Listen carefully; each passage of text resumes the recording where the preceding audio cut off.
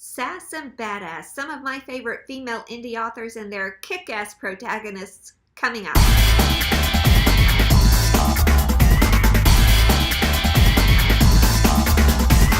Hey guys, welcome back to Book Your Imagination. My name is Anne. Friday was International Women's Day, and I wanted to celebrate by sharing some of my favorite female indie authors with you and some of the badass protagonists that they've created.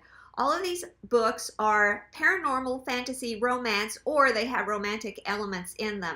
And all of these authors, with the exception of two, have multiple series available. I'm going to share with you some of the series that they have, and I'm only going to talk about my favorite kick-ass protagonists from each of these authors. So let's get into it.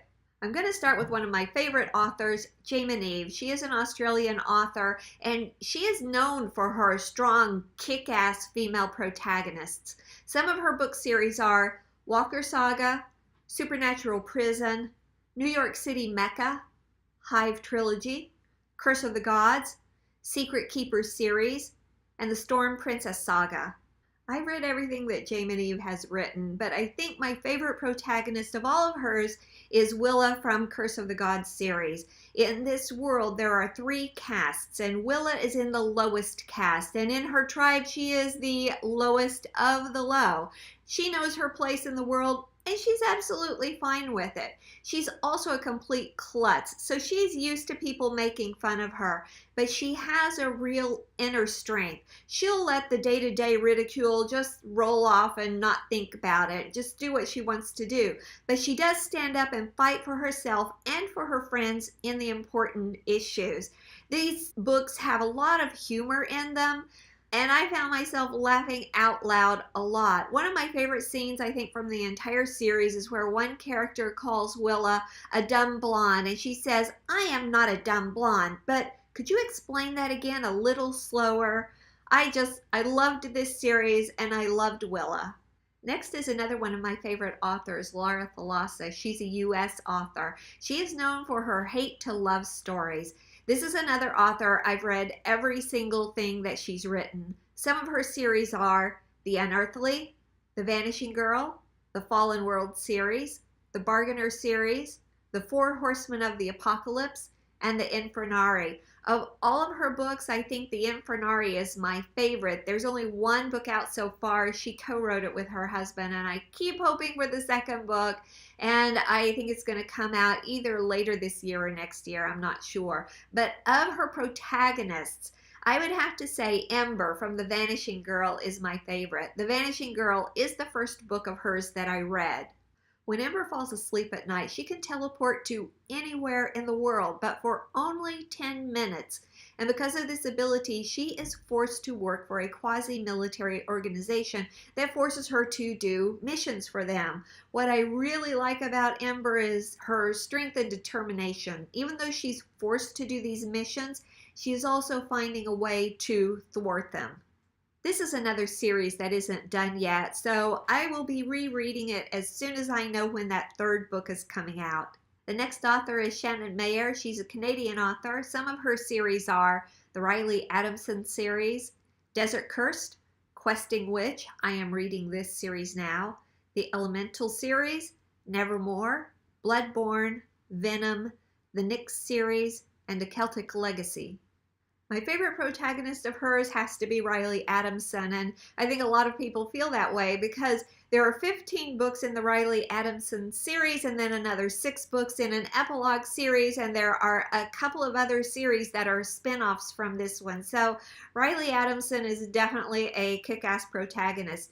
She is a human, but she's a tracker, meaning that she can track children who have been taken by paranormal characters. What I love about her is not just her dedication to children, but she also takes care of paranormal creatures or humans or witches or whatever who are weaker than she is and who can't take care of themselves.